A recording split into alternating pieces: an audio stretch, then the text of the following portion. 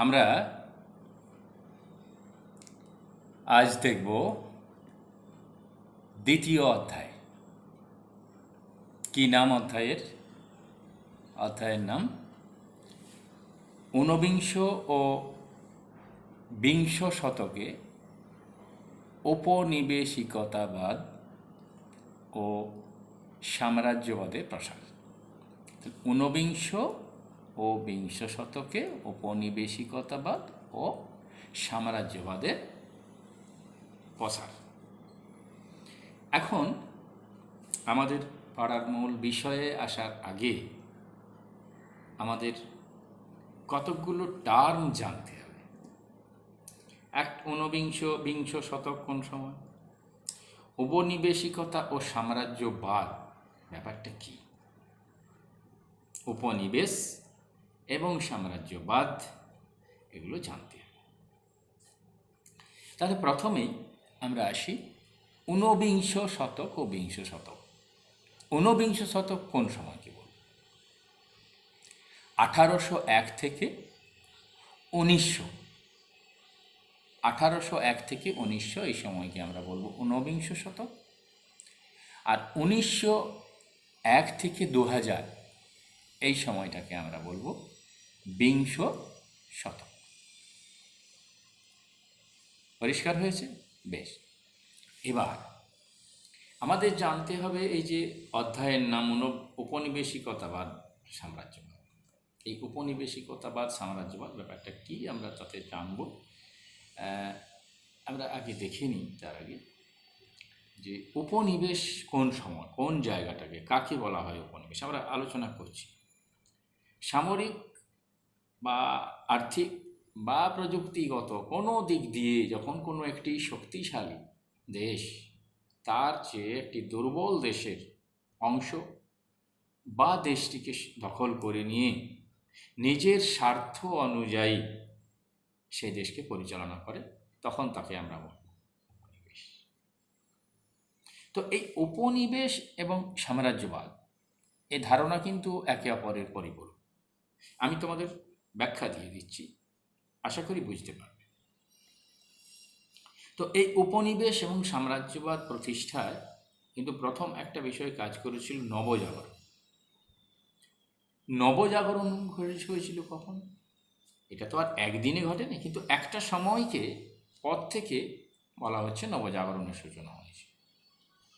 1453 সালে ইউরোপে আধুনিক যুগের সূচনা। এই আধুনিক যুগের সূচনার পরেই ধীরে ধীরে ইউরোপের ইতালিতে প্রথম নবজাগরণ হয়েছিল। নতুন চেতনার আবির্ভাব হয়েছিল, শিক্ষা দীক্ষা সংস্কৃতি বিজ্ঞান সব কিছুর উন্নতি ঘটেছিল। আর এর ফলেই এক শ্রেণীর মানুষের অজানাকে জানা, অচেনাকে চেনা, অদেখাকে দেখার একটা কৌতূহল, অনুসন্ধিৎসু মানসিকতা তৈরি হয়েছিল। আর এই অনুসন্ধিৎসু মানসিকতার পরিণামই ছিল কিছু দুঃসাহসিক নাবিক বণিকের এক নিজের দেশ ছেড়ে অন্য দেশের উদ্দেশ্যে পাড়ি দেওয়া। তো যাই হোক, পরিণতিতে এক এক নাবিক বণিক এক এক জায়গায় পৌঁছে যায়।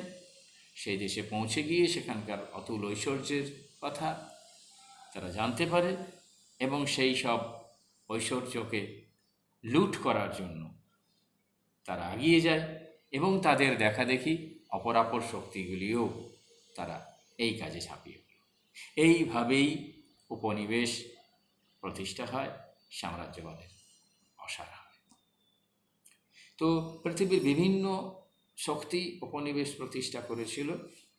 ইউরোপের, বিশেষ করে ইউরোপ, উত্তর আমেরিকা, দক্ষিণ আমেরিকা, আফ্রিকা, এশিয়া, অস্ট্রেলিয়া, পৃথিবীর সর্বত্র এই ইউরোপের দেশগুলো, ইংল্যান্ড, ফ্রান্স, স্পেন, ওলন্দাজ, বিভিন্ন শক্তি তারা কিন্তু আধিপত্য প্রতিষ্ঠা করেছিল। তবে এদের মধ্যে ইংল্যান্ডের সাম্রাজ্যবাদের সীমা কিন্তু ছিল অনেক বেশি। ইংল্যান্ড অনেক বেশি সাম্রাজ্যের অধিকারী হয়েছিল। যাই হোক, এগুলো সবই আমরা জানবো। এখন আমরা তোমাদের কাছে একটু ব্যাখ্যা করে দিই। উপনিবেশ এবং সাম্রাজ্য। দেখো, উপনিবেশ এই যে কথাটার মধ্যে আমরা পাচ্ছি কি, উপ এবং নিবেশ। আচ্ছা, উপ বলতে তোমরা কি বোঝো? উপ বলতে বোঝো যে বৃহত্তের একটি সম্প্রসারিত অংশ, শাখা, ব্রাঞ্চ, তাই তো? বৃহতের একটা সম্প্রসারিত রূপ, তার থেকে ক্ষুদ্র, মূল শাখা থেকে বিচ্ছিন্ন, তার চেয়ে সে দুর্বল হোক হতে পারে, তার চেয়ে ক্ষুদ্র হতে পারে। যেমন ধরো উপনদী, নদীর সঙ্গে এসে মিলিত হয়, নদী মূল নদীর চেয়ে সে ক্ষুদ্র। উপসাগর, সাগরের চেয়ে ক্ষুদ্র, অর্থাৎ সাগরের একটা ক্ষুদ্র সংস্করণ, একটা সম্প্রসারিত রূপ। আবার দেখো, উপ প্রধানমন্ত্রী, উপ রাষ্ট্রপতি, রাষ্ট্রপতির আন্ডার, মানে রাষ্ট্রপতির ঠিক নিচে। তাহলে দেখো, একটা উপ বলতে আমরা বলছি একটা মূল শাখার চেয়ে থেকে একটা সম্প্রসারিত ছোট অংশ, সেটাকে আমরা উপ বলছি। আবার উপপত্নী, বাড়িতে আসল তার পত্নী থাকার পরেও বাইরে আরেকজন সেম পত্নী থাকা, উপপত্নী। এই যে উপনদী, নদীর চেয়ে ক্ষুদ্র। তো যাই হোক, নিবেশ মানে বাড়ি। তাহলে উপনিবেশ তার মানে তোমার মূল বাড়ির চেয়ে একটি সম্প্রসারিত বাড়ি, একটি, অর্থাৎ মূল বাড়ির একটি ক্ষুদ্র অংশ বা ক্ষুদ্র সংস্করণ, সেটাকে আমরা বলতে পারি উপনিবেশ। ক্লিয়ার হলো? যেমন ধরো আমাদের ব্রিটেন ছিল, আমাদের ভারতবর্ষ ছিল ব্রিটেনের উপনিবেশ। তাহলে ব্রিটেনের মূল দেশ হচ্ছে ব্রিটেন, গ্রেট ব্রিটেন, তার একটা রাজার অধীনে একটি সম্প্রসারিত একটি অংশ, একটি টুকরো অংশ হলো ভারতবর্ষ, অর্থাৎ ভারতবর্ষ ব্রিটেনের উপনিবেশ। ক্লিয়ার হয়েছে? বেশ। এবার এই উপনিবেশ, এই উপনিবেশ শব্দটা কিভাবে, ল্যাটিন শব্দ কলোনিয়া, ল্যাটিন শব্দ কলোনিয়া, COLONIA। এই কলোনিয়া শব্দ থেকে এসেছে কলোনি, COLONY। এই কলোনিকেই আমরা বলছি উপনিবেশ, কলোনিকে আমরা বলছি উপনিবেশ। তাহলে এই কলোনি শব্দটির অর্থ একটি মূল মানব সমাজের একটি, মানে মূল অংশের থেকে একটি যেন একটি সম্প্রসারিত অংশ। যাই হোক, এই উপনিবেশ বলতে আমরা বুঝলাম তাহলে যে যখন কোনো সামরিক, অর্থনৈতিক, প্রযুক্তিগত, বিজ্ঞান, বিভিন্ন দিক থেকে যখন কোনো একটি শক্তিশালী রাষ্ট্র বা দেশ তার চেয়ে ততপেক্ষা কোনো দুর্বল দেশ বা দেশের অংশ দখল করে নিয়ে নিজের অর্থনৈতিক স্বার্থ অনুযায়ী সেই অংশটিকে বা দুর্বল দেশটিকে পরিচালনা করে, তখন সেই দুর্বল দেশটি হলো সেই বৃহৎ দেশটি একটি উপনিবেশ, আর শক্তিশালী দেশটি হলো ঔপনিবেশিক শক্তি। তাহলে এই উপনিবেশ প্রতিষ্ঠার বিষয়ই হলো উপনিবেশিকতাবাদ। তাহলে এই উপনিবেশ প্রতিষ্ঠা করার পদ্ধতি, নীতি, এটাকেই আমরা বলছি উপনিবেশিকতাবাদ। ক্লিয়ার হলো? তাহলে সেই উপনিবেশ শব্দটা ল্যাটিন শব্দ কলোনিয়া থেকে, ইংরেজি শব্দ কলোনি থেকে বাংলা শব্দ উপনিবেশ।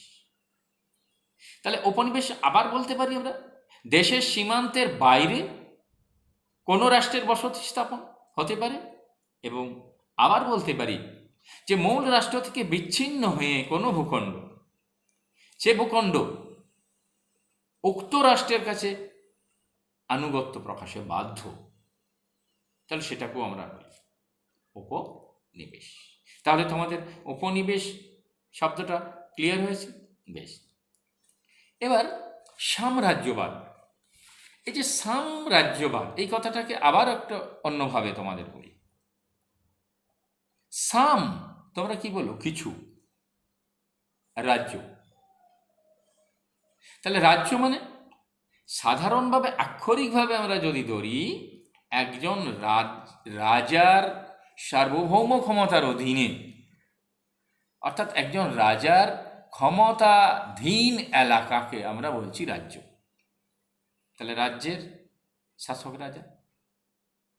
সাম্রাজ্য মানে কিছু রাজ্য, তার মানে অনেকগুলো রাজ্যের একটা যোগফল। তাহলে সাম্রাজ্য, তাহলে সাম্রাজ্যের শাসককে বলি সম্রাট। তাহলে রাজ্যের আয়তন ক্ষুদ্র, সাম্রাজ্যের আয়তন বৃহৎ। সাম্রাজ্য অর্থাৎ অনেকগুলো রাজ্য নিয়ে সাম্রাজ্যের আত্মপ্রকাশ। ক্লিয়ার হলো? বেশ। তাহলে এই সাম্রাজ্য অনেকগুলো রাজ্য, প্রাচীনকালেও এরকম সাম্রাজ্য ছিল। পৃথিবীর বিভিন্ন শক্তি, বিভিন্ন জাতি, হিটাহিট জাতি, ইনকা, গ্রিক, ম্যাসিডোনীয়, এরাও সাম্রাজ্যবাদের প্রসার ঘটিয়েছিল। আমাদের প্রাচীন যুগে দেখব কুষাণ সাম্রাজ্য প্রতিষ্ঠিত হয়েছে, মৌর্য সাম্রাজ্য প্রতিষ্ঠিত হয়েছে, গুপ্ত সাম্রাজ্য প্রতিষ্ঠিত হয়েছে। কিন্তু আধুনিক যুগের সাম্রাজ্য এই পঞ্চদশ শতকের পর, যে নবজাগরণের পরবর্তীকাল, সামুদ্রিক অভিযানের যুগ, ইউরোপের কাছে পৃথিবীর বিভিন্ন জগৎ উন্মোচিত হওয়া, আর এই উন্মোচনের পরেই তারা কি করেছিল? তারা সেই স্থানের উপর আধিপত্য প্রতিষ্ঠা করতে শুরু করেছিল। তাহলে সাম্রাজ্যবাদ, তাহলে বৃহৎ শক্তি যখন এইরকম একটি একটি একটি একটি করে আরও 5টি উপনিবেশকে একটা রাজনৈতিক সীমানার মধ্যে আনার চেষ্টা করবে, তখন সেটাকে আমরা বলছি সাম্রাজ্যবাদ। সেই সাম্রাজ্যবাদের যখন একটার পর একটা অংশকে সে তাঁর সাম্রাজ্যাধীন করবে, সাম্রাজ্যবাদ মানে একসঙ্গে জুড়ে দিতে পারবে, তার কিন্তু আমি বলেছি রাজনৈতিক দিক থেকে, প্রশাসনিক দিক থেকে। যেমন ব্রিটেন কোথায় গ্রেট ব্রিটেন আর কোথায় ভারতবর্ষ। তাহলে এইরকম অনেকগুলো উপনিবেশকে যখন সে তার শাসনাধীনে নিয়ে আসছেন, তখন সাম্রাজ্যবাদের প্রসার ঘটাচ্ছে। ক্লিয়ার হলো? বেশ। তাহলে এখন তোমাদের কাছে আমি উপনিবেশ এবং সাম্রাজ্যবাদ এই দুটো বিষয়কে কিন্তু পরিষ্কার করে আলাদা করতে পারলাম। এবার তাহলে সেই সাম্রাজ্যবাদ এবং উপনিবেশের সূচনা, সেই সূচনা আমরা দেখব মেইনলি ইউরোপ মহাদেশ থেকে। মেইনলি ইউরোপ মহাদেশ, এবং এই মেইনলি ইউরোপ মহাদেশের মধ্যে আবার স্পেন এবং পর্তুগাল, এরাই কিন্তু প্রথম দিকে সমুদ্র অভিযানে কিন্তু আগ্রহ দেখিয়েছিল এবং সফলতা অর্জন করেছিল। আমরা আগেই বললাম। তো যাই হোক, খুব শীঘ্রই এই দুই শক্তির মধ্যে এই নতুন দেশের আধিপত্য নিয়ে কিন্তু বিবাদ তৈরি হয়ে যায়। অবশেষে ষষ্ঠ আলেকজান্ডার পোপ ছিলেন, তিনি কিন্তু উভয়ের মধ্যে একটা বুল বা একটা ঘোষণা দ্বারা তিনি উভয়ের মধ্যে একটা সমঝোতা তৈরি করে দিয়েছিলেন। টরডিসিল্লাসের চুক্তি দিয়ে তিনি উভয়ের মধ্যে একটা বোঝাপড়া এনে দিয়েছিলেন। যাই হোক, এর দ্বারা বলা হয়েছিল আটলান্টিক মহাসাগরের পূর্ব দিক পর্তুগাল ভোগ করবে, আটলান্টিক মহাসাগরের পশ্চিম দিক স্পেন তার আধিপত্য প্রতিষ্ঠা। কিন্তু সেটা তো হয়নি। এরকমভাবে একটা সমঝোতা বোঝাপড়া হয়েছিল। যাই হোক, এই নিয়ে কিন্তু উভয়ের মধ্যে আরও পরবর্তীকালে সাম্রাজ্যবাদের প্রসার ঘটেছে ভৌগোলিক আবিষ্কার নিয়ে, এবং সবচেয়ে বড় ব্যাপার যে এই স্পেন এবং পর্তুগালের দেখাদেখি হল্যান্ড, ফ্রান্স, ডেনমার্ক, ইংল্যান্ড, বিভিন্ন দেশে, আমেরিকা, এশিয়া, আফ্রিকা, অস্ট্রেলিয়া, বিভিন্ন প্রান্তে তারা ছড়িয়ে পড়েছে। তাদের রাজনৈতিক প্রথম অর্থনৈতিক আধিপত্য, ফার্স্ট যে জায়গায় তারা পৌঁছেছে সেই জায়গায় প্রতিষ্ঠিত হয়ে সেই জায়গার সঙ্গে তারা বিভিন্ন জিনিসপত্র নেওয়া শুরু হয়। ধীরে ধীরে ধীরে ধীরে সেই শোষণকে বলবৎ করার জন্য দরকার হয় রাজনীতির, তখন তারা রাজনৈতিক আধিপত্য প্রতিষ্ঠা করে। এভাবেই প্রতিষ্ঠিত হয় উপনিবেশ সাম্রাজ্যবাদের বিস্তার। এই নিয়েই প্রথম বিশ্বযুদ্ধ। তো যাই হোক, আমরা পরে আসবো সেসব বিষয়। এখন আমরা দেখি তাহলে সেই স্পেন এবং পর্তুগাল ফার্স্ট আগিয়ে এসেছিল, এবং স্পেন পর্তুগালের পরে হল্যান্ড, ইংল্যান্ড, অন্যান্য ইউরোপের যে শক্তি, ডেনমার্ক, হ্যাঁ, তারা কিন্তু আগিয়ে চলে আসে এইসব উপনিবেশ প্রতিষ্ঠা করতে গিয়ে। আফ্রিকা, আমেরিকা, এই এশিয়া, দূরপ্রাচ্য, সুদূরপ্রাচ্য, মধ্যপ্রাচ্য, অনুন্নত জায়গাগুলো কোথাও তারা বাদ দেয়নি, কোথাও ছাড় দেয়। ধীরে ধীরে এইসব শক্তিগুলো প্রতিষ্ঠা করে। ওই যে বললাম, অর্থনৈতিক আধিপত্যর পরে ভৌমিক সাম্রাজ্যবাদ। তারা এবার ওই এক একটা এলাকাকে তারা নিজেদের করে নিতে থাকে, টেরিটোরিয়াল এম্পিরিয়ালিজম প্রতিষ্ঠা করে। যাই হোক, নিজেদের ভূখণ্ড দখল করে সেখানে তারা ঔপনিবেশিক শাসন বলবৎ করে। এভাবে প্রতিদ্বন্দ্বিতা আমরা আগেই দেখলাম, ইংল্যান্ড এবং এই স্পেন এবং পর্তুগালের মধ্যে এই প্রতিদ্বন্দ্বিতা হয়েছে, সমঝোতা হয়েছে, আবার প্রতিদ্বন্দ্বিতা হয়েছে। এর সঙ্গে যুক্ত হয়েছে আরও নতুন সংযোজন, আরও নতুন রাষ্ট্রের। যাই হোক, শেষমেশ সেই অর্থনৈতিক সাম্রাজ্যবাদ, রাজনৈতিক সাম্রাজ্যবাদ, ভৌমিক অখণ্ডতা এইভাবে ধীরে ধীরে আগাতে থাকে। অবশেষে বিভিন্ন শক্তি ধীরে ধীরে সরে যেতে শুরু করে। অবশেষে ইংল্যান্ড এবং ফ্রান্স এরা ফ্রন্টে চলে আসে, পূর্বের শক্তিগুলো সব পিছিয়ে যায়। ইংল্যান্ড ফ্রান্সের মধ্যে শুরু হয় দ্বন্দ্ব। এর মধ্যে ফ্রান্স বিভিন্ন রকমের অভ্যন্তরীণ সমস্যা বা অন্যান্য বৈদেশিক সমস্যায় সে জড়িয়ে পড়ে।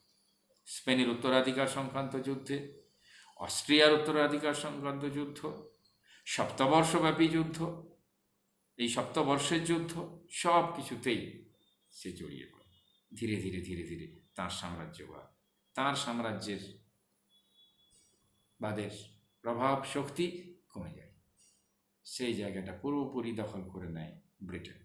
শুরু হয় 1783 পর থেকে, অর্থাৎ আমেরিকাকে স্বাধীনতা দেওয়ার পর থেকে একেবারে 1825 পর্যন্ত একাধিপত্য প্রতিষ্ঠা করে এই সাম্রাজ্য প্রতিষ্ঠায় ইংল্যান্ড। যাই হোক, তোমরা কিছু সেগুলো 9-এ পড়েছ। এবার আমরা কিছু কিছু বিষয় পড়ব, দেখব ঊনবিংশ ও বিংশ শতকে প্রথমার্ধে উপনিবেশ দখলের কারাকারি। আমরা ঊনবিংশ এবং বিংশ শতক আগেই পড়ে নিয়েছি। তাহলে এই বিংশ শতক, ঊনবিংশ 1800 থেকে 1900, আর ঊনবিংশ শতক, আর 1901 থেকে 2000 হচ্ছে বিংশ শতক। এবার আমরা আগেই বললাম যে এই ইউরোপীয় শক্তিগুলোর মধ্যে শুরু হয়ে গিয়েছিল উপনিবেশ দখলের কারাকারি। বিভিন্ন ক্ষেত্রে পরস্পর বিচ্ছিন্ন হয়ে যায়। শেষমেশ ইংল্যান্ড তার আধিপত্য প্রতিষ্ঠা করে। তবুও যে বিভিন্ন শক্তি তাদের সাম্রাজ্যবাদের বিস্তারে আগিয়ে এসেছিল, বিভিন্ন জায়গা অনেকের কাছ থেকে ছিন্ন হয়ে গিয়েছিল, মুক্ত হয়ে গিয়েছিল। তারপর তারা অন্যদিকে মন দিয়েছিল অন্য অংশে সাম্রাজ্য প্রতিষ্ঠা করার জন্য। 1870 সাল, তার আগে 1773 সাল, 83 সাল আমেরিকা মুক্ত হয় ইংল্যান্ডের অধীনতা পাশ থেকে। 1822 সাল ব্রাজিল পর্তুগালের অধীনতা থেকে মুক্ত হয়ে যায়। 1870 সালে সেডানের যুদ্ধে ফ্রান্স পরাজিত হয়। যাই হোক, 1861 সালে ফ্রান্স তার কিছু উপনিবেশ উন্মুক্ত করে দেয়। তো এভাবে 1870-এর পর থেকে কিন্তু 1870 to 1914, যেটাকে আমরা বলি সশস্ত্র শান্তির যুগ, অপরে শান্তি হলেও আসলে এই সময় বিভিন্ন শক্তিবর্গের মধ্যে অস্ত্র সংগ্রহ এবং যুদ্ধের প্রস্তুতি শুরু হয়েছে। সবাই কিন্তু গোপনে গোপনে যুদ্ধের প্রস্তুতি চালিয়েছে। তাই আসলে শান্তি হলো এটা অস্ত্র নিয়ে শান্তি, সশস্ত্র শান্তির যুগ এই সময়টাকে বলা হয়। যাই হোক, এই সময়টাকে আরও একটা আমরা বলতে পারি এই কালপর্বটাকে নিউ কলোনিয়ালিজম বা নয়া সাম্রাজ্যবাদ, নিউ ইম্পেরিয়ালিজম, যাই হোক সেসব আমরা আরেক পরে পড়ব। এখন আমরা দেখি বা ইউরোপের যে এইসব শক্তিগুলো, বিভিন্ন শক্তিগুলো আমরা জানলাম, ফ্রান্স, ব্রিটেন, রাশিয়া, এরা বিভিন্ন জায়গাতে কিভাবে তাদের সাম্রাজ্যবাদের প্রসার ঘটিয়েছিল সেটা আমরা একটু ডিটেলস দেখি।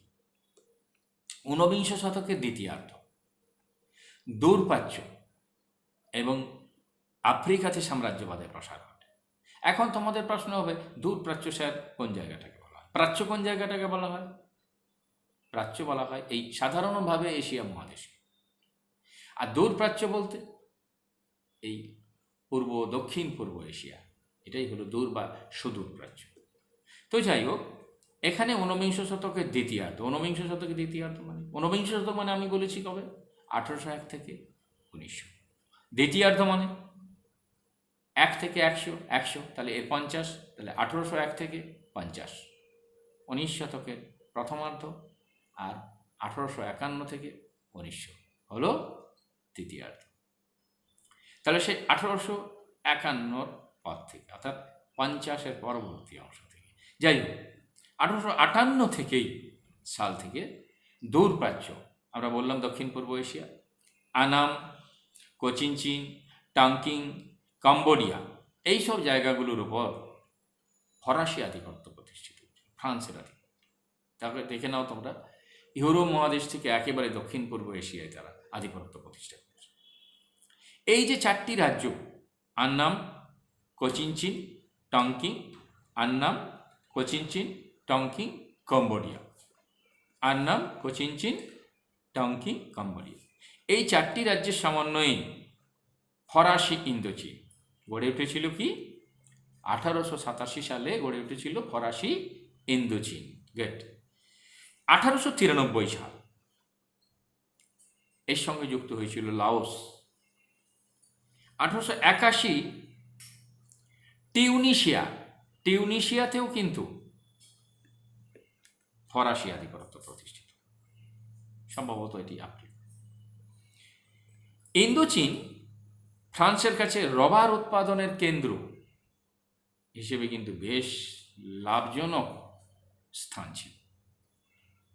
তো যাই হোক, এখানকার অভ্যন্তরীণ পরিকাঠামো উন্নতির জন্য অর্থলগ্নি করা দরকার, কারণ রবারটাকে তুলে নিয়ে যেতে হবে। সেই জন্য ফরাসি ব্যাংকাররা অনেক ইনভেস্ট করেছিল, দিয়ে সেই ইনভেস্ট করে সেখান থেকে অনেক মুনাফা অর্জন করেছিল।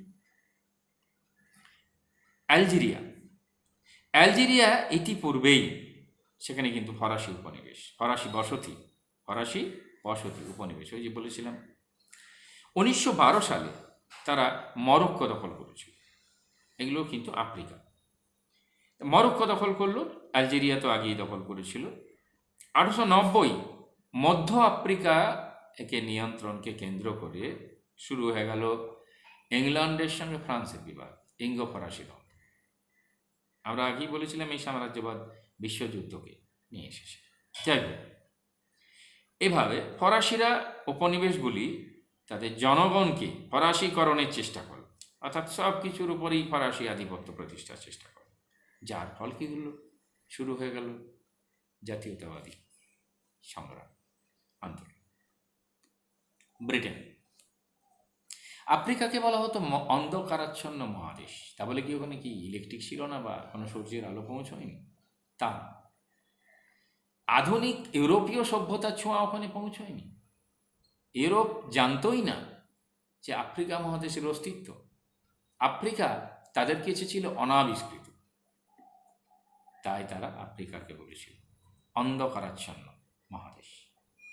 1870 খ্রিস্টাব্দের আগে পর্যন্ত ইউরোপীয়দের কাছে এটা জানাই ছিল না আফ্রিকা বলে কিছু আছে। অথচ এই আফ্রিকা থেকেই কিন্তু আদিম মানুষের পরিযান হয়েছিল, তোমরা 11 পড়েছো। উত্তর উপকূল, তুর্কি, ট্রান্সভাল ব্রিটিশ, আলজেরিয়া ফরাসি, একটা অংশ এক একটা শক্তির অধীন। মিশরে যে পাশা মোহাম্মদ আলী, তার মৃত্যু হলে দুর্বল উত্তরাধিকারীদের মধ্যে যা হয়, অপদার্থতার সুযোগে সেখানে ইংল্যান্ড নাক গলাতে শুরু করল, আধিপত্য প্রতিষ্ঠা করল। 1876 সাল সবচেয়ে গুরুত্বপূর্ণ অর্থনৈতিক অঞ্চল সুয়েজ খাল, এই সন্নিহিত অঞ্চলের নিয়ন্ত্রণ স্থাপিত হয়ে গেল। ইঙ্গো ফরাসি দুজনের আধিপত্য প্রতিষ্ঠিত হয়। একইভাবে 1882 ইংল্যান্ড মিশর দখল করে নিল, দিয়ে সেখানে একটা পুতুল সরকার প্রতিষ্ঠা করল। 1954 এই পর্যন্ত ইংরেজরা ওই জায়গাটা দখল করে রেখেছিল। ভাবতেই পারবো আমরা কতকাল ধরে এরা লুটে পুটে আজকে এরা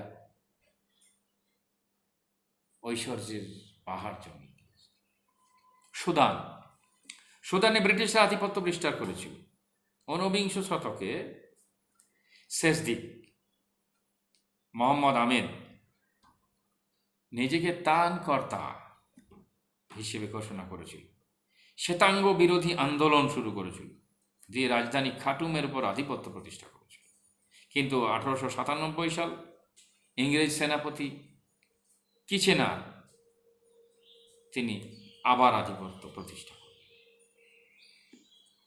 পশ্চিম আফ্রিকা, উগান্ডা, দক্ষিণ আফ্রিকা, সেখানেও শুরু হলো ইংরেজদের আধিপত্য। 1877 অরেঞ্জ কলোনি ট্রান্সভালের বোর রাজ্য ইংরেজরা দখল করল। শুরু হলো বোর যুদ্ধ। ব্রিটিশরা ট্রান্সভাল পেয়ে গেল। অরেঞ্জ ফ্রি স্টেট 1884 সাল অরেঞ্জ ফ্রি স্টেটের স্বাধীনতা মেনে নেয়। শেষ পর্যন্ত দীর্ঘ সংঘাত বোর প্রজাতন্ত্রগুলোকে ইউনিয়ন অফ সাউথ আফ্রিকার অন্তর্ভুক্ত করতে বাধ্য হলো ইংরেজরা। এবার দেখব রাশিয়া। সাম্রাজ্যবাদী শক্তি হিসাবে রাশিয়াও কিন্তু আগিয়ে এলো। তার স্থলভূমিকে কেন্দ্র করেই বিস্তার শুরু হয়েছে। গোটা 19 শতক ধরেই রাশিয়া মধ্য এশিয়া এবং সাইবেরিয়া অঞ্চলের উপর তার কিন্তু আধিপত্য প্রতিষ্ঠা করেছিল এবং সে উপনিবেশ সেখানে প্রতিষ্ঠা করেছিল। 1880-90 গোটা সময় জুড়ে।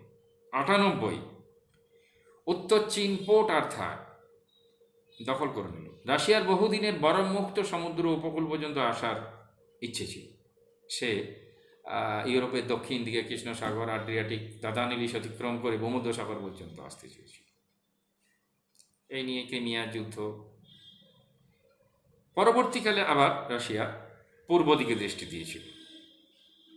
সে প্রশান্ত মহাসাগর যাওয়ার পথ খোঁজা। যাই হোক, কোরিয়ার দিকে দৃষ্টি দিয়েছিল। তার ফলে শুরু হয়েছিল রুশ জাপান যুদ্ধ। জাপানের হাতে পরাজিত হয়ে গেল, লেজে গোবরে অবস্থা হয়ে গেল। সাম্রাজ্য গঠনের প্রক্রিয়া তার প্রায় শেষ হয়ে গেল। ইতালি প্রাথমিকভাবে কিন্তু ইতালি কাছে সাম্রাজ্য ছিল একটা জাতীয় গৌরব। প্রথম দিক ইতালির লক্ষ্য ছিল পূর্ব আফ্রিকা। মুসলিনের লক্ষ্যই ছিল যে পূর্ব আফ্রিকায় একটা সাম্রাজ্য প্রতিষ্ঠা করা। তো যাই হোক, ফ্রান্সের টিউনিশিয়া দখলকে কেন্দ্র করে হতাশ হয়েছিল দখল। পরবর্তী ক্ষেত্রে 82 সাল ইতালি প্রথম লোহিত সাগর সন্নিহিত অঞ্চলে আধিপত্য প্রতিষ্ঠা করল। 85 মাসোয়া, 90 এরিত্রিয়া দখল করল। এই এরিত্রিয়া, সোমালিল্যান্ড, এই অঞ্চল অর্থাৎ পূর্ব আফ্রিকা তার আধিপত্য প্রতিষ্ঠা করল। শেষমেশ 1829 খ্রিস্টাব্দ, এই 1835 খ্রিস্টাব্দ মুসোলিনি ইথিওপিয়া জয় করল। অ্যাবিসিনিয়া, সোমালিল্যান্ড, এরিত্রিয়া নিয়ে গোটা পূর্ব আফ্রিকা ইতালির সাম্রাজ্যবাদের খপ্পরে পড়ে।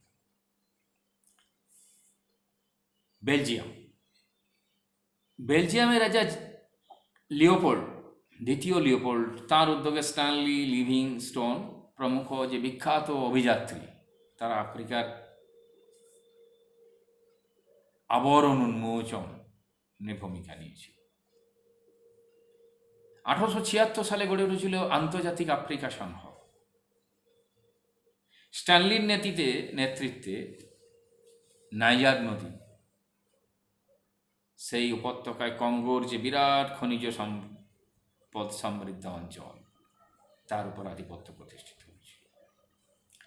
1884-85 গড়ে উঠেছিল কঙ্গো ফ্রি স্টেট, বেলজিয়ামের কর্তৃত্ব প্রতিষ্ঠিত হয়েছিল সেখানে। বার্লিন সমাবেশ হয়েছিল 1885 সালে। কঙ্গোর বড় অংশে সেই সমাবেশে বেলজিয়াম তার আধিপত্য প্রতিষ্ঠা করেছিল, স্বীকার করে নিয়েছিল। বড় শক্তিগুলো সেই তরমুজকে যেমন ভাগ করা হয়, সেই তরমুজের ভাগ করার মতো আফ্রিকাকে তারা পাটে পাটে ভাগ করে নিয়েছে। জার্মানি, এরা কিন্তু দেরিতে শুরু হয়েছিল, কারণ এরা হয়তো তাগিদ শিল্প বিপ্লব পরে শুরু হয়েছে। তো সেই সভ্যতার অভিযান, সভ্যতা প্রসারের অভিযান এরা দেরিতে যোগ দিয়েছে। ইউরোপীয়রাই তো বলতো তারাই নাকি শ্বেতাঙ্গ জাতি, কৃষ্ণাঙ্গদের মানুষ করার জন্যই নাকি তাদের পৃথিবীতে আসা। যাই হোক, তাই তাদের সভ্যতার অভিযান, এই কথাটা বললাম হয়তো বুঝতে পারতাম। তো এই ঔপনিবেশিকতাবাদের মুখ্য উদ্দেশ্য ছিল অর্থনৈতিক সুবিধা, জাতীয় মর্যাদা বৃদ্ধি করা। জার্মানি ধীরে ধীরে পিছিয়ে পড়েছিল, সেই জার্মানিকে আগিয়ে নিয়ে যেতে 19 শতকের শেষার্ধে 20 শতকের সূচনায় দ্রুত গতিতে জার্মানি আগাতে শুরু করলো আফ্রিকা মহাদেশে। পশ্চিম আফ্রিকা, টাঙ্গানিকা, ক্যামেরুন, লুসিয়া, এই সব অঞ্চলগুলোর, উপসাগরীয় অঞ্চল, বিভিন্ন জায়গার উপর আধিপত্য, জাতীয় মর্যাদা প্রতিষ্ঠা, অর্থনৈতিক শক্তি বৃদ্ধি করা। বিসমার্কের যে রিয়েল পলিটিক্স ছিল, দ্বিতীয় কাইজার উইলিয়াম বিসমার্ককে সরিয়ে দিয়ে 1890 সালে তিনি ক্ষমতায় এলেন। এই 1890 সালে তিনি কি করলেন? তিনি ওয়েল পলিটিক্স চালু করলেন। ওয়েল পলিটিক্স চালু করে তিনি, অর্থাৎ জার্মানির শিল্প, প্রযুক্তি, বিজ্ঞান, সংস্কৃতির শ্রেষ্ঠত্ব প্রতিষ্ঠা করতে হবে, আর তার জন্য নতুন ক্ষেত্রের অনুসন্ধান করতে হবে, অর্থাৎ সাম্রাজ্যবাদের বিস্তার ঘটাতে চাইলেন। রিয়েল পলিটিক্স ছেড়ে দিয়ে তিনি ওয়েল পলিটিক্স দিলেন। যাই হোক, এভাবে কিন্তু ইউরোপের বিভিন্ন শক্তি, আমেরিকা, এশিয়া, আফ্রিকা,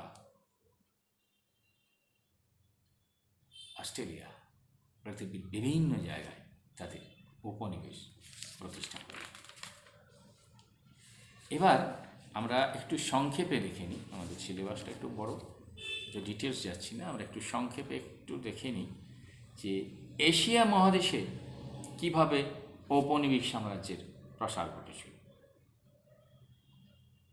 1498 সালে ভাস্কো দা গামা, মনে পড়ছে, কালিকট বন্দরে উপস্থিত হয়েছিল ভারতবর্ষে।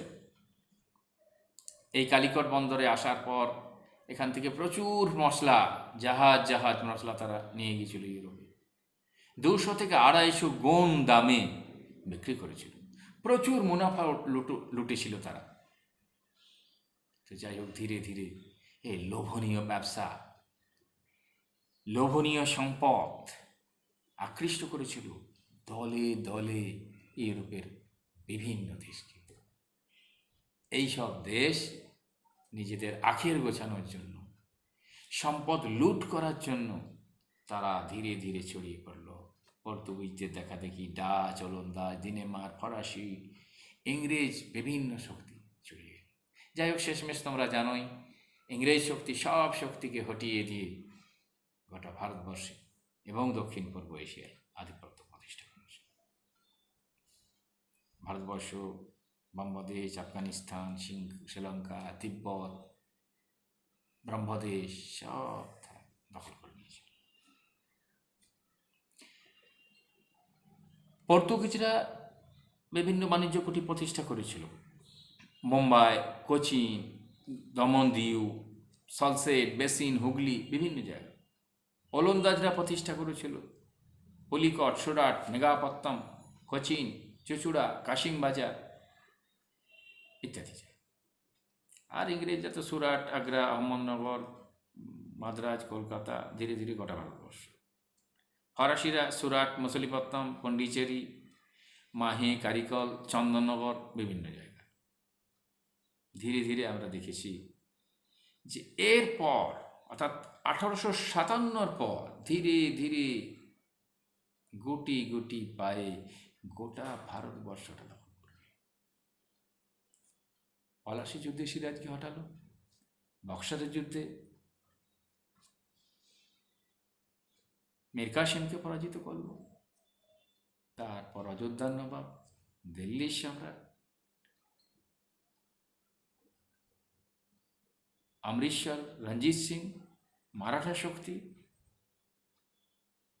মহীশূর টিপু সুলতান, পর পর পর পর পর পর 1857 সালের মধ্যে প্রায় গোটা ভারতবর্ষটা ব্রিটিশরা গিলে ফেলল, সাম্রাজ্যবাদের প্রসার ঘটাল। বিরাট একটা উপনিবেশ ভারতবর্ষ। নেপাল ভারতবর্ষ দখল করেছে, এবং ভারতবর্ষ দখল করতে গেলে ভারতবর্ষের সীমান্তবর্তী অঞ্চলগুলোও দখল করতে হবে, কারণ ভারত সাম্রাজ্যের নিরাপত্তা চাই। তোমরা যেমন বাড়ি করলে কি করো, যাতে একটা প্রাচীর করো, বাড়িটার নিরাপত্তা। যাই হোক, এখন ব্রিটিশ সাম্রাজ্যটার নিরাপত্তার জন্য নেপাল, আফগানিস্তান, ব্রহ্মদেশ, বিভিন্ন পার্শ্ববর্তী জায়গাগুলো দখল করে নেওয়া দরকার ছিল।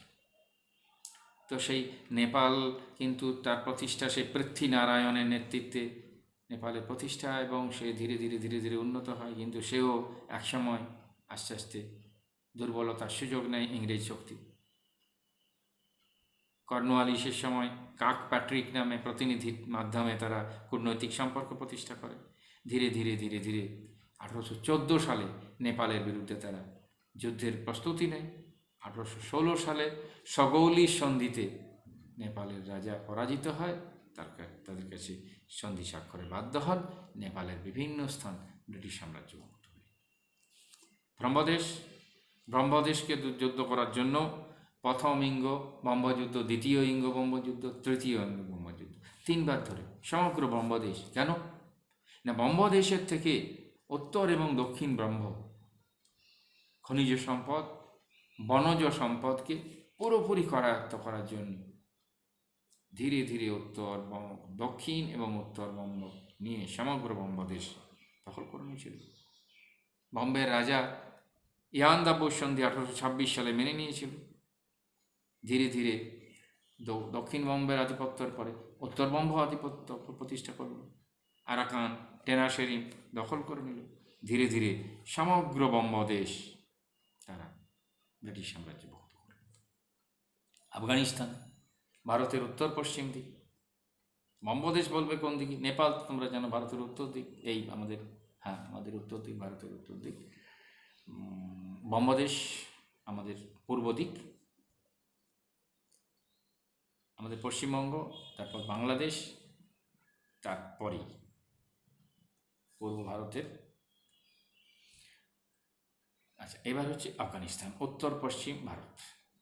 মানে আমাদের যেটা ভারতবর্ষ স্বাধীনতার পূর্বে তার পরের অংশ, অর্থাৎ এখন ভারতবর্ষের পর পাকিস্তান, তারপর আফগানিস্তান।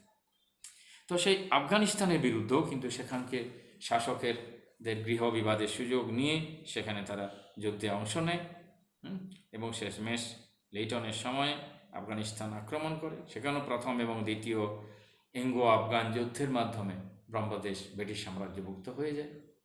গন্ডামকের সন্ধি 1879 সালে ইয়াকুব খানের সঙ্গে গন্ডামকের সন্ধি স্বাক্ষর করে আফগানিস্তান ব্রিটিশ সাম্রাজ্যভুক্ত করে নেয়। ধীরে ধীরে খাইবার গিরিপথ, সিন্ধু, বেলুচিস্তান, সীমান্তবর্তী বিভিন্ন অঞ্চলগুলো সব ব্রিটিশ সাম্রাজ্যের অধীনে চলে যায়। সিংহল ভারতবর্ষের দক্ষিণে, শ্রীলঙ্কা যাকে তোমরা চেনো, সেই সিংহল কিন্তু ওলন্দাজদের আধিপত্য প্রতিষ্ঠিত হয়েছিল, কিন্তু 1796 সালে তারা ত্যাগ করেছিল। ওলন্দাজ সিংহল ত্যাগ করেছিল। পরে অ্যামিয়েন্সের সন্ধি 1802 সালে সিংহলের উপর আধিপত্য প্রতিষ্ঠা করেছিল ইংরেজরা। এই ইংরেজ শক্তি সেখানে চা এবং রাবার লুট করার জন্য সেগুলোর উপর আধিপত্য প্রতিষ্ঠা করেছে। তাহলে এভাবে ভারতবর্ষ, ভারত এবং তার সন্নিহিত অংশগুলো বিভিন্ন ইউরোপের শক্তির পদানত হয়েছিল। এবার দেখব দক্ষিণ পূর্ব এশিয়া। আমরা দক্ষিণ পূর্ব এশিয়ার কিছু কোচিন, চীন, টংকিং আর নাম পড়েছি। ইন্দো চীন ছিল, ফরাসি আধিপত্য প্রতিষ্ঠিত হয়েছিল। এবার ইন্দোনেশিয়া, যেখানে Java, Sumatra, Borneo, Java, Sumatra, যেখানে প্রায় ওই সুনামি হয়েছিল বেশ কয়েক বছর আগে। যাই হোক, তো সেই জাভা, সুমাত্রা, বর্নিও, এইসব বালি, এইসব দ্বীপপুঞ্জ নিয়েই ছিল ইন্দোনেশিয়া। সেখানে হল্যান্ডের ওলন্দাজ ডাচ উপনিবেশ প্রতিষ্ঠিত হয়েছিল। তারা সেখানে মূলধন বিনিয়োগ করে সেখানকার থেকে উপনিবেশ প্রতিষ্ঠা করেছে। মালয়, এখানে ছিল টিন এবং রাবার। তাহলে এগুলো লুট করার জন্য পর্তুগিজরা সেখানে আধিপত্য প্রতিষ্ঠা করেছিল। ধীরে ধীরে সিঙ্গাপুরে ইংরেজরা আধিপত্য প্রতিষ্ঠা করে, মালয়ে নিজেদের আধিপত্য প্রতিষ্ঠিত হয়। সমগ্র সুদূর প্রাচ্যই একসময় ব্রিটেনের অধীনে চলে যায়। ব্রিটেন শেষমেশ আমাদের মতো কাঁচামাল সংগ্রহকারী রপ্তানিকারক দেশ আর শিল্প সামগ্রী বিক্রির বাজারে ব্রিটিশের একটা উপনিবেশে পরিণত হয়। আমরা যেমন হয়েছিলাম, ভারতবর্ষ যেমন হয়েছিল। ইন্দো চীন আগে আমরা দেখলাম ফরাসি উপনিবেশ প্রতিষ্ঠিত হয়েছিল। কোচিন, চীন, আন্নাম, টংকিং, লাওস পরে যোগ হয়েছিল, আমরা আগেই পড়েছি। বেশ, শ্যামদেশ, থাইল্যান্ড বলা হয় যেটা, সেই ইন্দোচীন আর ব্রহ্মদেশের মাঝখান, ইন্দোচীন আর ব্রহ্মদেশ এর মাঝখান হচ্ছে শ্যামদেশ। এখানেও ইংল্যান্ড, ফ্রান্স এইসব দেশ তাদের আধিপত্য প্রতিষ্ঠা করেছিল এবং ঔপনিবেশিক সাম্রাজ্য প্রতিষ্ঠা করেছিল। ফিলিপাইন দ্বীপপুঞ্জ বা ফিলিপিন্স, এখানে স্পেন তার আধিপত্য প্রতিষ্ঠা করে। পরবর্তীকালে আমেরিকা সেখানে উপনিবেশিক সাম্রাজ্য প্রতিষ্ঠা করে। খ্রিস্ট ধর্মে দীক্ষিত করে বহু মানুষকে সেখানকার দিয়ে তাদের আধিপত্য বজায় রাখে। একসময় তারা বিদ্রোহ ঘোষণা করে। এই সুযোগে আমেরিকা স্পেনের বিরুদ্ধে যুদ্ধে অবতীর্ণ হয়। স্পেনীয়রা পরাজিত হলে আমেরিকা তাদের আধিপত্য প্রতিষ্ঠা করে দেয়। মানে বাঘ থেকে মুক্ত হলে কুমির, আর কুমির থেকে ছাড়া পেলে সিংহ বা বাঘ। এই হচ্ছে দুর্বল শক্তিগুলোর পরিণতি। হাওয়াই দ্বীপপুঞ্জ, সেখানেও কিন্তু আধিপত্য প্রতিষ্ঠা হয়েছিল এইসব ইউরোপীয় শক্তিগুলো। মার্কিন যুক্তরাষ্ট্র সেখানে 1893 সালে দখল করে নিয়েছিল, তাদের আধিপত্য প্রতিষ্ঠা করেছিল এবং তার একটা উপনিবেশ প্রতিষ্ঠিত হয়েছিল। এবার মধ্যপ্রাচ্য এবং দূরপ্রাচ্য ছোট্ট করে আমরা একটু জাস্ট দেখে নিই, একটু ধৈর্য ধরে তোমরা শোনো। মধ্যপ্রাচ্য বলতে এই যে আজকে আমরা আরব দেশ যে অংশটাকে বলি, সেই অংশটা হচ্ছে মধ্যপ্রাচ্য। এক কথায় সেটা পশ্চিম এশিয়া বলতে পারি। যাই হোক, সেই মধ্যপ্রাচ্যে অবস্থিত পারস্য বলতে ইরান, এই জায়গাটাকে কেন্দ্র করে ইংল্যান্ড এবং রাশিয়ার মধ্যে অনেক দিনের আধিপত্য ছিল, প্রতিদ্বন্দ্বিতা ছিল। রেলপথ স্থাপন, ব্যাংক স্থাপন, এইসব নানান রকম। তোমরা বুঝতেই পারছো, তেলের উপর আধিপত্য করা, এইসব নানান কারণে এই জায়গায় কিন্তু তাদের আধিপত্য প্রতিষ্ঠিত হয়। পরে বিক্ষোভ দেখা দেয়, বিক্ষোভ দেখা দিলে সেখানে সাময়িকভাবে কিছু প্রতিষ্ঠিত হয়। রাশিয়া আবার পরবর্তীকালে ইংল্যান্ডের সুযোগ সুবিধা বাতিল করে নিজে আধিপত্য প্রতিষ্ঠার চেষ্টা করে। আবার পারস্যের শাসকের কাছ থেকে তারা নানান রকম সুযোগ সুবিধা আদায় করে নেয়। পরবর্তীকালে ইংল্যান্ডের সঙ্গে রাশিয়ার বোঝাপড়া শুরু হয়ে যায়, দিয়ে তারপরে বোঝাপড়া করে তারা সেই অঞ্চলে আধিপত্য প্রতিষ্ঠা করে। দূরপ্রাচ্য আমরা আগেই বলেছি দক্ষিণ পূর্ব এশিয়া। তাহলে প্রাচ্য বলতে এশিয়া মহাদেশ। কতগুলো বিষয় আমাদের টার্মগুলো জেনে নিতে হয়।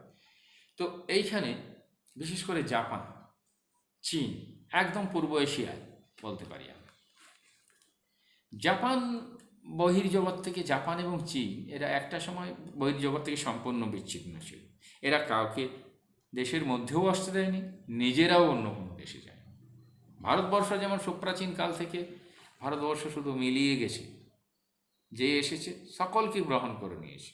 আক্রমণকারী, অভিযানকারী, শিক্ষার্থী, সব কিছুকেই মেনে নিয়েছে। কিন্তু চীন এবং জাপান তাদের সভ্যতার একটা অংশ, তারা বেশ কিছুকাল বিচ্ছিন্ন ছিল। যাই হোক, তো এখানকারও প্রাকৃতিক সম্পদ ইউরোপীয় শক্তিকে টেনেছিল।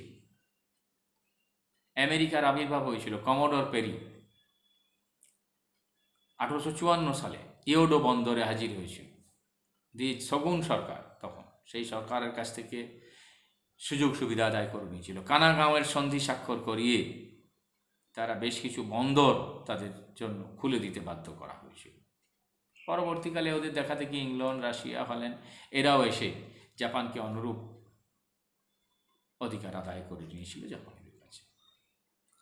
পরবর্তী ক্ষেত্রে কিন্তু জাপানের আধুনিকীকরণ শুরু হয়েছিল, রেস্টোরেশন হয়, আধুনিকীকরণ হয়। আধুনিকীকরণ পরে কিন্তু তারা ধীরে ধীরে এই বিদেশি আধিপত্যের প্রতিরোধ শুরু করে।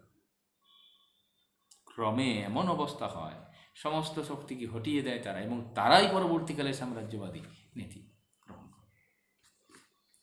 চীন, আমরা যেমন আফ্রিকাকে দেখব টুকরো টুকরো করেছিল, তেমনি চীনকেও কিন্তু ইউরোপীয় শক্তি ওপর আধিপত্য প্রতিষ্ঠা করেছিল। বিশেষ করে ব্রিটেন টুকরো টুকরো করে নিয়েছিল। এই চীনে আফিমকে কেন্দ্র করে অপদার্থ মাঞ্চু রাজবংশকে কাছ থেকে পর পর পর পর সুযোগ সুবিধা আদায় করে নিয়েছিল। আফিম যেন একটা নেশার সামগ্রী। এই নেশার সামগ্রী ব্যাপকভাবে বিক্রি শুরু করেছিল চীনে। চীনের যুব সমাজকে অন্ধকারে রেখে দেওয়া, নেশার ঘরে ডুবিয়ে দিয়ে অপদার্থ মাঞ্চু রাজবংশের কাছ থেকে সমস্ত আর্থিক, রাজনৈতিক, প্রশাসনিক সমস্ত সুযোগ সুবিধা লাভ করেছিল। এই শেষ পর্যন্ত চীনের একজন রাজকর্মচারী এই আফিমকে পুড়িয়ে দিল। ব্রিটিশদের সাম্রাজ্যবাদী এবং অর্থনৈতিক অহংকারে আঘাত লাগে। ইংল্যান্ড চীনের বিরুদ্ধে যুদ্ধ ঘোষণা করে। এই আফিমকে নিয়ে যুদ্ধ হয়েছিল বলে এই যুদ্ধের নাম অপিয়াম ওয়ার বা আফিমের যুদ্ধ। যদিও বলা হয় ইঙ্গো চীন যুদ্ধ, প্রথম ইঙ্গো চীন যুদ্ধ, দ্বিতীয় ইঙ্গো চীন যুদ্ধ। এই পরপর চীন যুদ্ধে অপদার্থ মাঞ্চু রাজবংশ পরাজিত হয়েছিল। প্রথম ইঙ্গো চীন যুদ্ধ হয়েছিল 1839 থেকে 42 খ্রিস্টাব্দ। এই 42 খ্রিস্টাব্দে এই যুদ্ধে শেষমেশ পরাজিত হয়ে অপদার্থ মাঞ্চু রাজবংশ 5টা বন্দর, ক্যান্টন, নিংপো, ফুচো, সাংহাই, এই 5টা বন্দর হংকং ইউরোপীয়দের কাছ থেকে ইংল্যান্ডকে দিয়ে দিতে হয়েছিল। পরবর্তীকালে অতিরাষ্ট্রিক অধিকার, মানে চীনে দাঁড়িয়ে ইংল্যান্ড অপরাধমূলক কাজে যুক্ত হলেও চীন সরকার সেই অপরাধীদের বিচার করতে পারত। তাহলে এই অধিকারটাও আদায় করে নিল ইংল্যান্ড জোর করে মাঞ্চু রাজবংশের কাছ থেকে। পরবর্তীকালে আরও সমস্যা দেখা দিল। শেষমেশ দ্বিতীয় ইঙ্গো চীন যুদ্ধ 1856 থেকে 58 আবার যুদ্ধ শুরু হলো। শেষমেশ টিয়েনসিনের সন্ধি 1858 খ্রিস্টাব্দে, এই টিয়েনসিনের সন্ধির দ্বারা আরও 11টা বন্দর খুলে দেওয়া হলো। আরও অসংখ্য সুযোগ সুবিধা, অতিরাষ্ট্রিক অধিকার চীন দিয়ে দিল ইংল্যান্ডকে। চীনকে টুকরো টুকরো করে দিল। ফ্রান্স, ইংল্যান্ড, জার্মানি, বিভিন্ন শক্তি। আমেরিকা প্রথমে চুপচাপ ছিল, খবরই নেয়নি। পরে আমেরিকা দেখলো যে সবংশ ভাগ হয়ে যাচ্ছে, তাহলে তো সে পিছিয়ে পড়েছে। এ অবস্থায় সে একটা অভিনব পন্থা গ্রহণ করল। যুদ্ধও করব না, গোলাগুলিও ছুড়ব না, অথচ ভাগ বাটোয়ারাটা আদায় করব, ভাগটা আদায় করব। শেষমেশ জন হে 1899 সালে আমেরিকাতে পৌঁছে তিনি ওপেন ডোর পলিসি, উন্মুক্ত দ্বার নীতি ঘোষণা করলেন। এই ওপেন ডোর পলিসিতে কি ঘোষণা করলেন? তিনি বললেন যে চীনের বিভিন্ন শক্তি যে সব শক্তি অধিকার করুক না কেন, সমস্ত অঞ্চলেই সবার বাণিজ্যিক অধিকার থাকবে, সমান বাণিজ্যিক অধিকার। তাহলে কি করলো?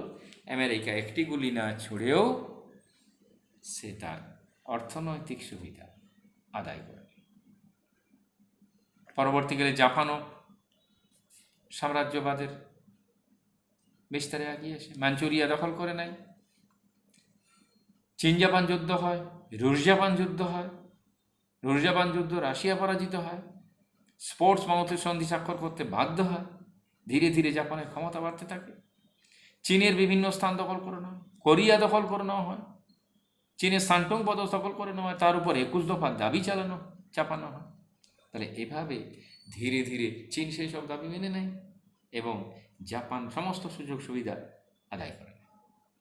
তাহলে এইভাবে ধীরে ধীরে বিভিন্ন ইউরোপীয় এবং এশীয় শক্তি জাপান আমরা দেখলাম, বিভিন্ন শক্তিশালী রাষ্ট্র, সামরিক হোক, অর্থনৈতিক হোক, প্রযুক্তি বিজ্ঞানের দিক থেকে হোক, সেই সব শক্তিশালী দেশগুলো তার চেয়ে দুর্বল দেশের অংশ বা দেশ তারা দখল করবে এবং কী উদ্দেশ্যে?